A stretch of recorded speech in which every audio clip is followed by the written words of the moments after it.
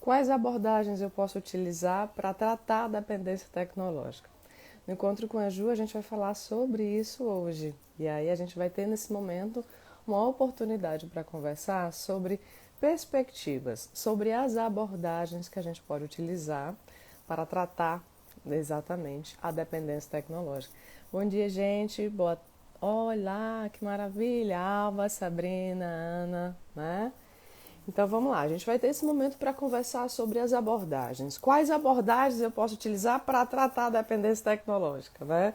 Deixando isso bem nítido, que faz parte do nosso assunto e ele vai ser pertinente, extremamente importante. Porque muitas vezes na graduação em psicologia, ou até mesmo em outras áreas psíquicas, que não se estão ali aprofundando, né, as teorias e como a gente torna isso aplicável, né? Como é que eu saio, Juliana, da página número 39 do livro que diz quais abordagens eu posso utilizar para realmente aplicar no cotidiano, aplicar ali na vida real, não é? Bom dia, Albinha, bem-vinda, que bom te ver, né? Então a gente vai falar de um cenário que ele é bem pertinente, que ele é bem importante e que ele muitas vezes ele atravessa o questionamento da pessoa que está ali se formando, estudando, está na graduação muitas vezes, até mesmo na pós. E aí como é que eu posso fazer esse manejo de um conhecimento que ele está ali, escrito, ele é teorizado, né? Para se tornar vida real dentro de um consultório, vida real dentro de uma escola, vida real dentro de um CRAS, de um CREAS, de vários serviços e possibilidades de intervenções, né? E aí é bem necessário reconhecer que essa transição entre teoria e prática faz parte de um percurso, né? Um percurso de tomada de decisões, um percurso inclusive de empoderamento, de se sentir mais fortalecido, mais apropriado para realizar e operacionalizar aquilo que começa a fazer sentido para você, quando começa a entender que existem múltiplas possibilidades de abordagens. Quando a gente vai abordar um sentido, um conhecimento, uma verdade, uma mentira, quando a gente vai abordar alguém, não é? A gente precisa reconhecer que esse outro tem todo um espaço no campo de vida que é para além daquilo que você imagina. E muitas vezes o que você tem é aquele teu conteúdo, né? Oi, Mila, Gabi, vamos lá, gente, bom dia. Então, essa trajetória toda que faz parte de uma praxis da psicologia, da psiquiatria, da pedagogia, de áreas que trabalham com o desenvolvimento humano, que fazem parte, não é, de acompanhar pessoas que têm um percurso, uma trajetória de vida, elas vão muito além daquilo que está prescrito em uma letra ou uma orientação que ela é teórica. Nós sabemos que a vida real, não é, o sentido ali vivido, é muito além do que está ali dentro de uma teoria. Muitas vezes a gente precisa inclusive reconhecer e descobrir como a palavra, o conteúdo, ela pode vir se transformar uma teoria para que as pessoas saibam como é que você está fazendo, né? Janaína, né? Meliana, Caio, bem-vindo, gente.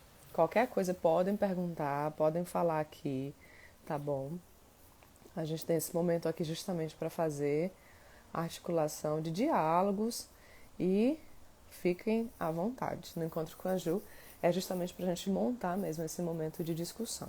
Perguntando a vocês, quando eu falo sobre abordagens, o que é que vem na mente de vocês? Abordagens, né? Quais abordagens a gente pode utilizar para tratar a dependência tecnológica?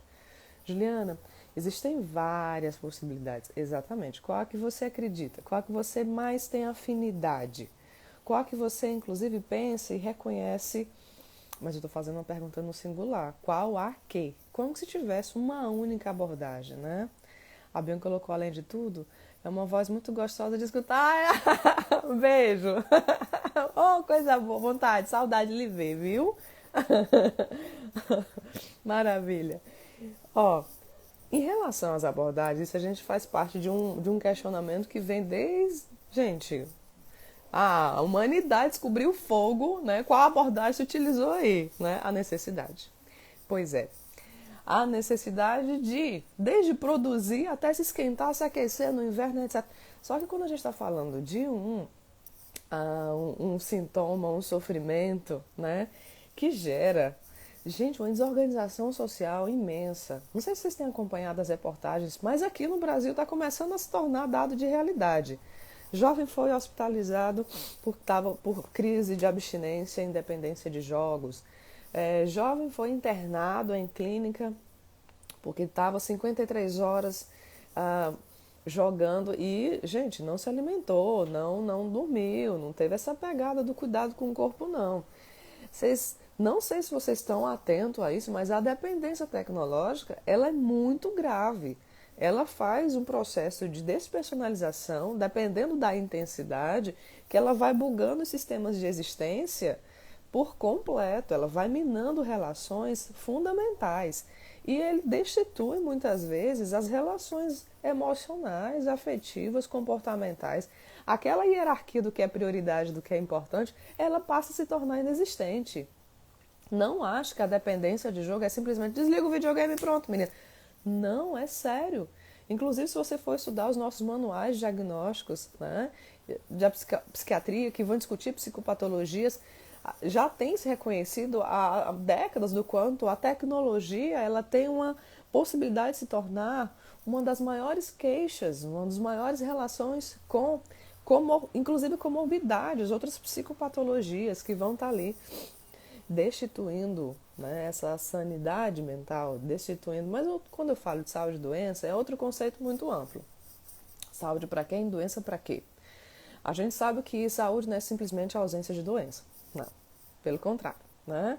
A saúde envolve qualidade, ela envolve, né, toda uma direção de movimentos, de comportamentos, de expansão de consciência para o autocuidado. Né? Saúde mental é uma discussão extremamente intensa e importante. Você que faz parte, né, da psicologia, você faz parte como profissional, desde o momento que está ali atendendo pessoas, ou fazendo parte de um hospital, uma clínica que atende pessoas, você vai poder precisar fazer relações desses conceitos que eles são alicerces, são bases. O modo como você considera o ser humano, o modo como você considera o que vem a ser saúde e doença, pode reverberar e afetar na aplicação das abordagens, que é o que a gente tem como tema central para hoje. E aí, falando historicamente dessa situação, não se surpreendam ao perceber que cada vez mais pessoas vão precisar de ajuda, né, e de suporte psíquico, suporte psicoemocional, para inclusive sair dessa situação de aprisionamento, né, de adoecimento. Gente, é um diagnóstico, é uma realidade que já acontece na vida de muitas pessoas. Não sei se vocês têm acompanhado, né? Eu não sei se essas pessoas têm chegado na realidade de vocês, mas eu tenho supervisionandos que dizem que na clínica, inclusive de estagiários mesmo, supervisionandos que estão ali no 8º, 9º, 10º semestre, né? Já atendendo pessoas, e muitas vezes a supervisão ela gira em torno do quanto que, professor, o que é que eu faço? Porque meu cliente está trazendo, né, uma demanda, uma queixa, uma realidade em que cada vez mais ele está ali achando muito mais interessante as relações que ele tem ali no mundo virtual, né, nas redes sociais, por exemplo, né, do que as relações que ele está tendo dentro de casa. Então, às vezes, ele fala que vai tomar banho, demora um tempo no banho, mas é para ele ter a privacidade de olhar o celular. Então, quando ele vê que passou o dia no trabalho, quando chegou em casa, se trancou no banheiro para ficar acessando a internet, e aí ele disse, olha quanto tempo eu fiquei conectado, olha quanto tempo eu tive conexão aqui, e eu não tive contato nenhum com a minha filha, eu não tive contato nenhum, né, com a minha família. O quanto que isso está se tornando uma alternativa, mas alternativa que sustenta, que aprofunda, que faz um processo de aprisionamento. Como é que você utiliza, né, a tecnologia na sua vida? Ela possibilita suas relações com saúde, desenvolvimento e qualidade na vida? Ou ela possibilita e ela potencializa adoecimento, ausência de liberdades e aprisionamentos? Essa decisão ela é fundamental. E quando eu falo de abordagens, para quais abordagens a gente pode utilizar, qual é a melhor, né?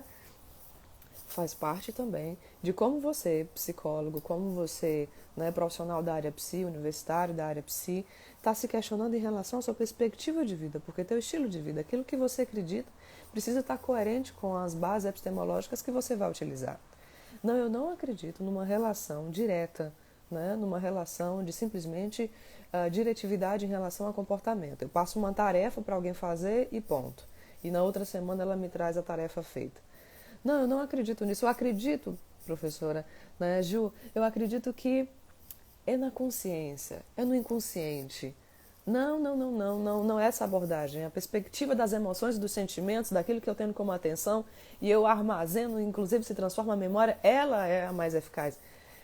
Muitas vezes, dando a disciplina de ciência e profissão, esses questionamentos estavam ali, ó, bem vitais, né? Até porque você apresenta algumas abordagens, e eu vou falar de abordagens psicológicas, né, no manejo, né, no tratamento, no cuidado, na atenção, no acompanhamento da dependência tecnológica, faz parte dessa discussão de quem está ali. Ô, Heron, né? Olha, Sabrina, Hugo, Selena, que saudade, beijo no príncipe romano, né? Então vamos aqui. A Ana, no caso.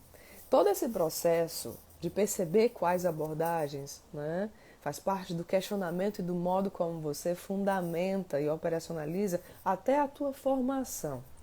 Você está no início da graduação, você já se formou, você já está trabalhando com pessoas. Qual é a tua conexão?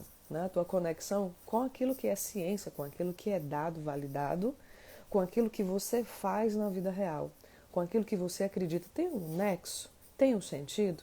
Porque se você acredita numa perspectiva mais diretiva comportamentalista, né, talvez em algum momento precise questionar até que ponto você também se relaciona com linguagens mentalistas, não é? Qual é o ponto, qual é a percepção que você possui?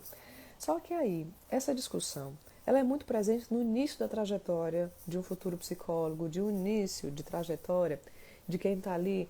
Qual é o lugar que eu estou me vendo, me percebendo como profissional? Esse momento de se constituir como profissional diz de muitos significados em relação à operacionalização. Na maturidade do profissional das áreas psis, psicólogos, psiquiatras, psicopedagogos, pedagogos também, advogados, gente. Eu falo da área psi, mas tem muita gente que pode vir trabalhar com dependência tecnológica sem necessariamente ter feito psicologia. Vocês sabem disso, né? Então, quando eu utilizo qual abordagem, eu quero olhar e eu pergunto a vocês qual é o ponto de perspectiva que você possui, né? Você está do lado mais esquerda, mais direita, mais acima, mais abaixo? O lugar que você ocupa é importante para saber que tipo de amadurecimento relacional eu posso ter com as abordagens. O quanto que eu preciso entender um pouquinho das abordagens para inclusive saber qual é o momento de utilizá-las. Vou trazer um exemplo para vocês. Quando vocês estão com febre, que tipo de medicação tomam? Aquela que vai para dor de dente? Não, mas tem um remédio que talvez seja para dor de modo geral, mas tem a melhor que é para dor de dente? Mas a dor não é na cabeça? Qual é a melhor abordagem, a melhor medicação? E aí eu estou falando da relação com o remédio.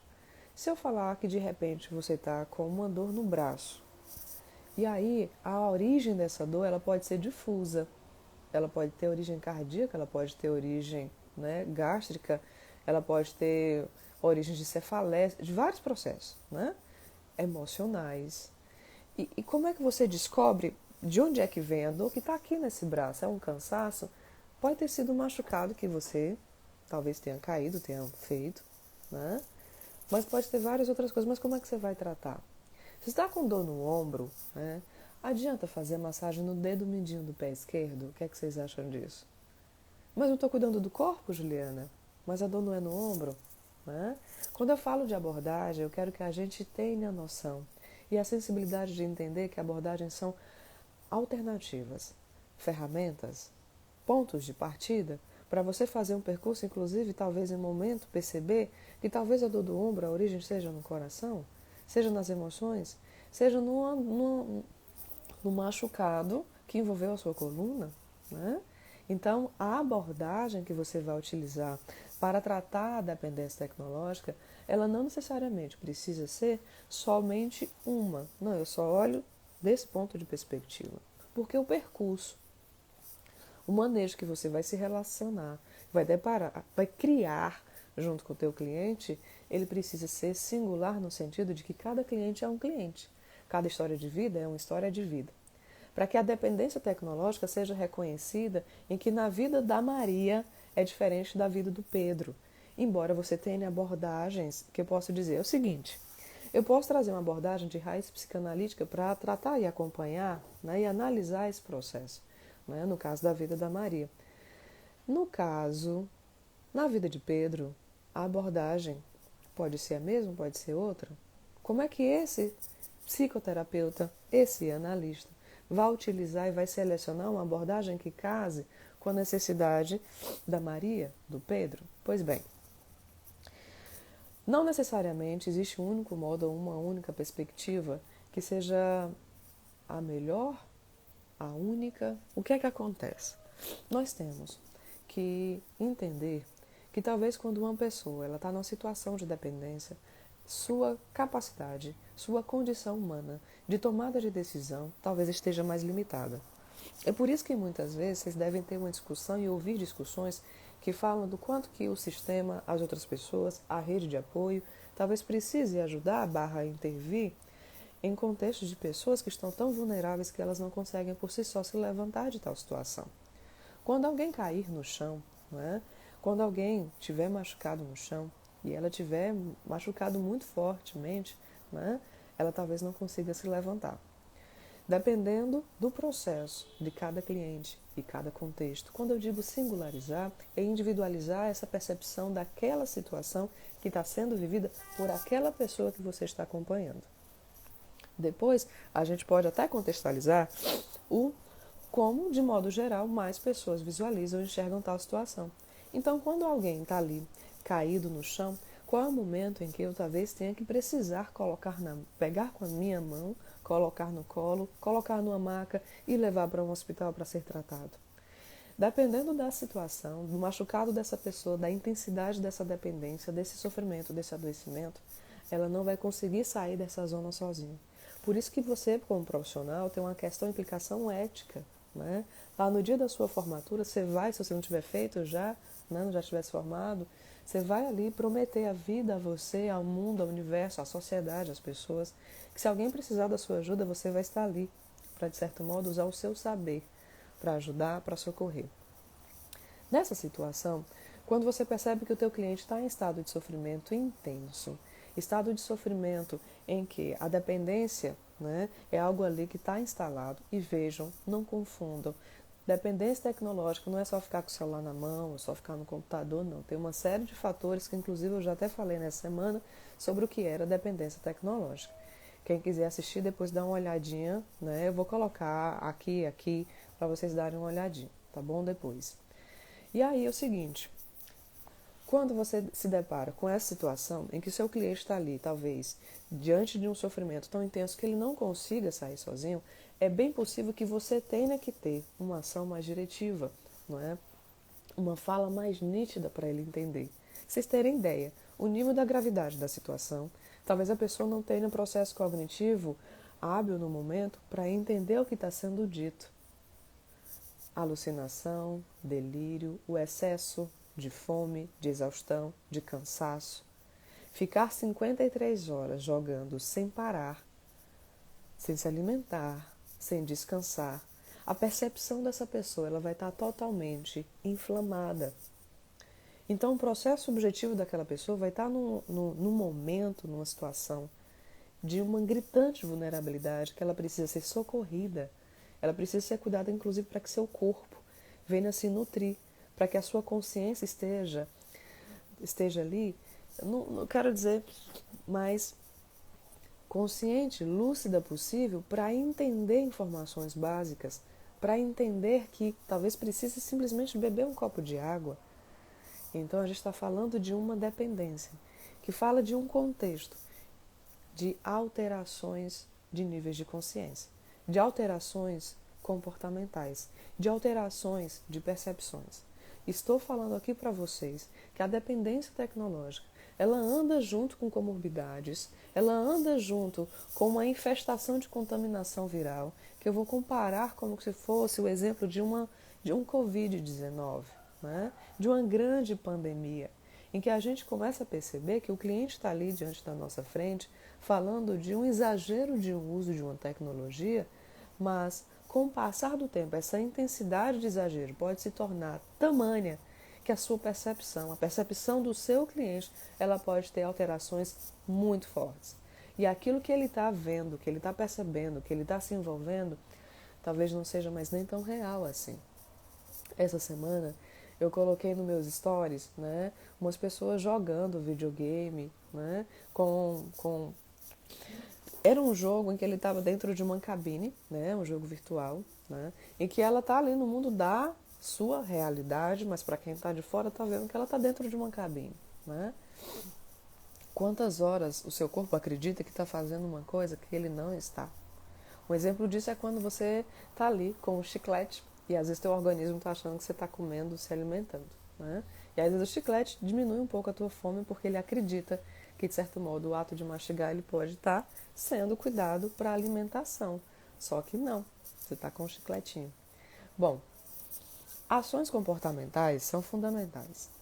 Às vezes, dependendo do nível, né, de, de intensidade, né, dessa dependência, a lucidez do seu cliente ela vai estar bem mais reduzida. A consciência do seu cliente pode estar bem mais reduzida. E aí eu posso olhar para as perspectivas psicanalíticas, comportamentais, cognitivas, humanistas e olhar como cada uma delas pode ser aplicada da melhor forma para que eu venha acompanhar essas pessoas, para que eu venha fazer processos, né, de uma conexão em que ele se sinta dentro de um setting terapêutico, que tenha um rapport em que esteja à vontade para falar, não simplesmente acanhado, envergonhado de dizer que talvez é mais confortável determinado uso de um jogo, determinado uso de uma ferramenta, porque as suas emoções estão ali dentro daquela sistemática operacional diferente da diversidade da relação com pessoas. Cada vez mais, a necessidade de controle, a necessidade de se sentir forte, se sentir atento, se sentir inclusive ouvido faz parte das necessidades humanas. Nas relações de casa, nas relações pessoais, relações sociais, familiares, de trabalho. O quanto que se dá e se recebe nessa troca interpessoal? Ali, quando você está com o seu celular, você não precisa estar realmente validando a relação do outro, mas gostaria de ter a sua relação validada, né? De ser seguida, de ser admirada, de ser amada. É fundamental, então, fazer o reconhecimento de que inúmeras abordagens podem ser utilizadas, mas é imprescindível que a abordagem que vai ser aplicada seja de fundo, né?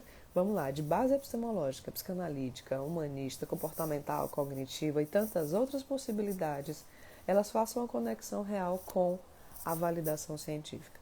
Não é simplesmente eu dizer o seguinte, ó, ai Camila, desliga o celular e pronto. Não é isso, não é mesmo, né? Não é invalidar, não é desligar o aparelho, não é, pelo contrário, é utilizar com uma possibilidade mais positiva. Estamos aqui usando as nossas tecnologias e a gente vai usar as nossas tecnologias para sempre. Ninguém vai guardar e simplesmente deixar de utilizar ou se informar sobre o que está acontecendo no mundo. O que eu falo aqui sobre a dependência tecnológica é a gravidade que gera o sofrimento e que muitas vezes estar com o celular na mão fala do quanto essa pessoa está insegura, o quanto que ela tem agressividade que talvez queria colocar para fora e não sabe onde, talvez utilize a internet. Porque talvez essa agressividade fala do quanto ela já foi vítima, do quanto que talvez já se sentiu sozinho na vida. E um profissional, psicólogo, profissional de áreas área de saúde, enfim, que trabalham com dependência tecnológica. Mas, Juliana, quem trabalha com dependência tecnológica no Brasil, né? Poucas pessoas trabalham com dependência tecnológica no Brasil. É o grande problema do século e do mundo, né? A grande pandemia dos nossos adoecimentos psicossociais e emocionais, a intensidade, né, do tempo, do conteúdo e da necessidade de estar em conexão na dependência tecnológica, que pode falar de adoecimentos múltiplos, adoecimentos muito intensos. E aí eu posso ter uma perspectiva mais relacionada aos processos psíquicos subjetivos, como por exemplo a própria psicanálise, em que a perspectiva das tópicas freudianas, né, e de ego superego, consciente, consciente, pré-consciente, podem fazer parte de um manejo, né, que são bastante importantes, Mas não, eu prefiro olhar para a perspectiva comportamental e trabalhar com os condicionamentos, né, clássicos e operantes. Não, eu preciso olhar para outra perspectiva, né, justamente sobre a perspectiva que fala sobre a inteligência, sobre a linguagem, a atenção, né? A Fernanda colocou assim, o que é isso? Nesse símbolo, né, de diversidade, de aplicação do acolhimento, né, de como a gente faz o tratamento de pessoas que estão com dependência tecnológica, não é simplesmente colocar um crachá de que essa pessoa está em estado de adoecimento. É entender a realidade única daquela pessoa dentro de seu contexto, né? A realidade é que muitas vezes você está ali utilizando uma ferramenta, um aparelho, porque não tem outras alternativas, emocionais mesmo. A falta do abraço, você faz o quê? Nesse contexto da pandemia, quando que menos pessoas puderam interagir e menos pessoas tiveram toques e etc., né, na tentativa de se proteger da pandemia, na pandemia, como você aqueceu sua necessidade de vínculo, de afetividade, né?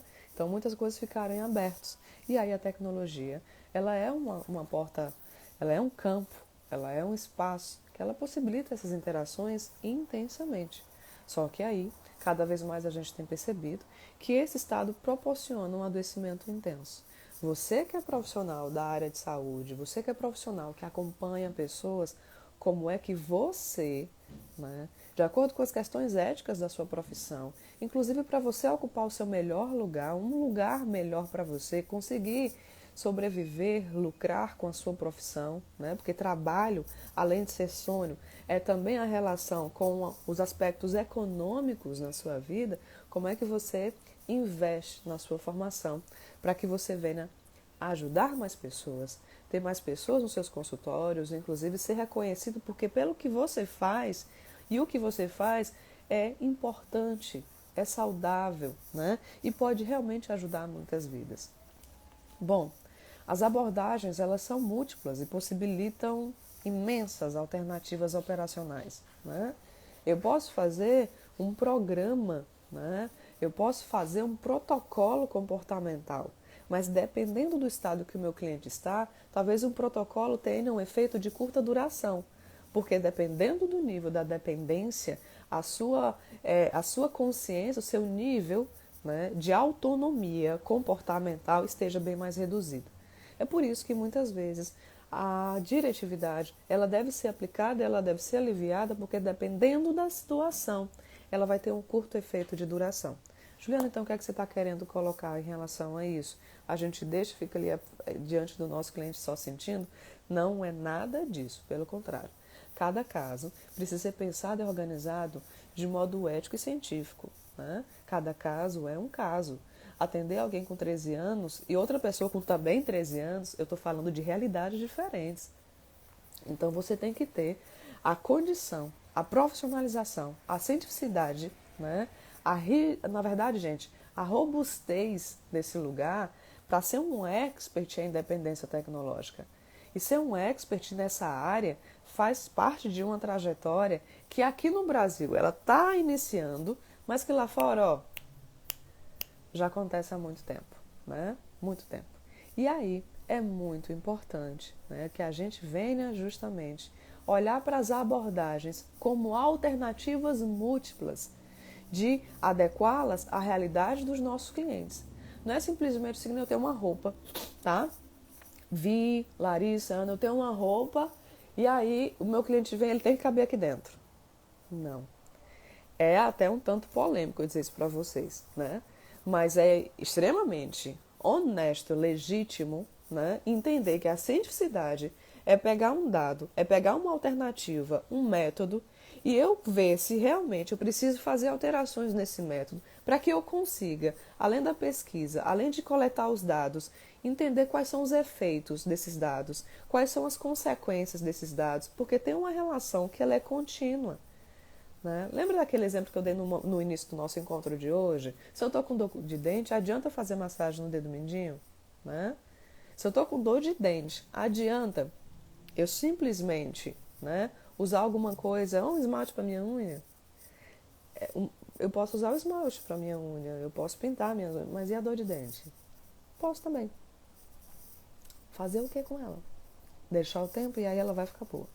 Essa infecção pode se tornar tamanha, muito grande, devastadora, um câncer. Só que aí, para que isso não aconteça, você, profissional da área psi, você que tem essa implicação, né, com o atendimento de pessoas com dependência tecnológica, se torne um expert, saia na frente, invista na sua profissão para alcançar justamente essa área, que é uma das áreas que mais vão tocar na porta do seu consultório, que mais vão falar de quanto pessoas estão precisando ali de ajuda e que você pode ajudá-las. Porque imagine a dor, imagine a frustração de alguém dizer, me ajuda, e você não conseguir, porque você não se operacionalizou para isso, não se organizou para isso, né? Bom, as abordagens múltiplas, elas são reais, elas existem. Só que tem base, cada abordagem tem uma base, uma história, tem uma epistemologia, né? Em que elas, em algum momento, elas podem mostrar suas perspectivas totalmente diferenciadas, relação com o tempo, relação com a consciência, relação com os comportamentos, relação com os afetos, né? Dos processos cognitivos, os processos comportamentais, subjetivos, né? Emocionais. Qual é a abordagem que eu vou utilizar aqui para, em qual momento, realizar um processo de intervenção no acompanhamento de pessoas com dependência tecnológica? Gente, é momento, às vezes, de desenvolver estados de consciência, de expandir consciência, é momento de fazer um questionamento mais intenso em relação às perspectivas comportamentais, não é? Hábitos, construções que são tomadas ali no dia a dia, de tomadas literalmente de demandas ou de ações para combater a dependência tecnológica. Seu cliente ele consegue ouvir isso, dependendo do estado de consciência, ele vai conseguir ouvir, mas não é simplesmente você chegar e dizer eu tenho a verdade para você, né? Não é por eu posso até fazer um meme em relação a isso.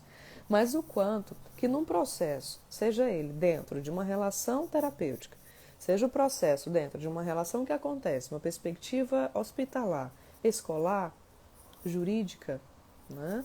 São situações diversificadas. São situações altamente complexas que vai fazer com que você, terapeuta, você, psicólogo, profissionais da área de saúde que trabalha com dependência tecnológica, desenvolva a expertise necessária para acompanhar essas pessoas.